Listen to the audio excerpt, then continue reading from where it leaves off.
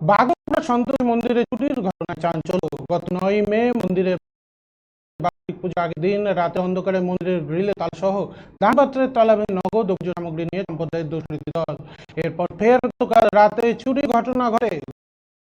ঘটনায় ফের তালা ভেঙে মন্দিরে প্রবেশ করে দানপত্রের তালা ভেঙে নগদ ও পুজোর সামগ্রী নিয়ে সম্প্রদায়ের দুষ্কৃতী দল। ঘটনায় বাগডোগরা থানায় খবর দেওয়া হয়।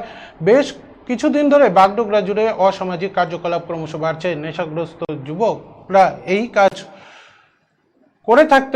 করে থাকতে পারে বলে প্রাথমিক অনুমান পুলিশ। ঘটনা তদন্ত নেমেছে পুলিশ।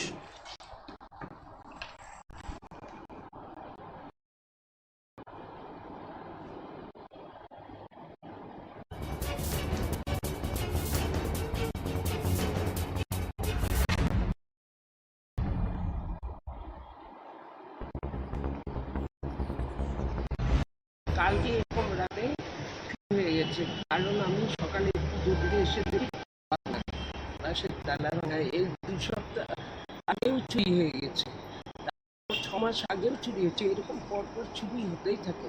তবে জানি না কি। নমস্কার। কালকে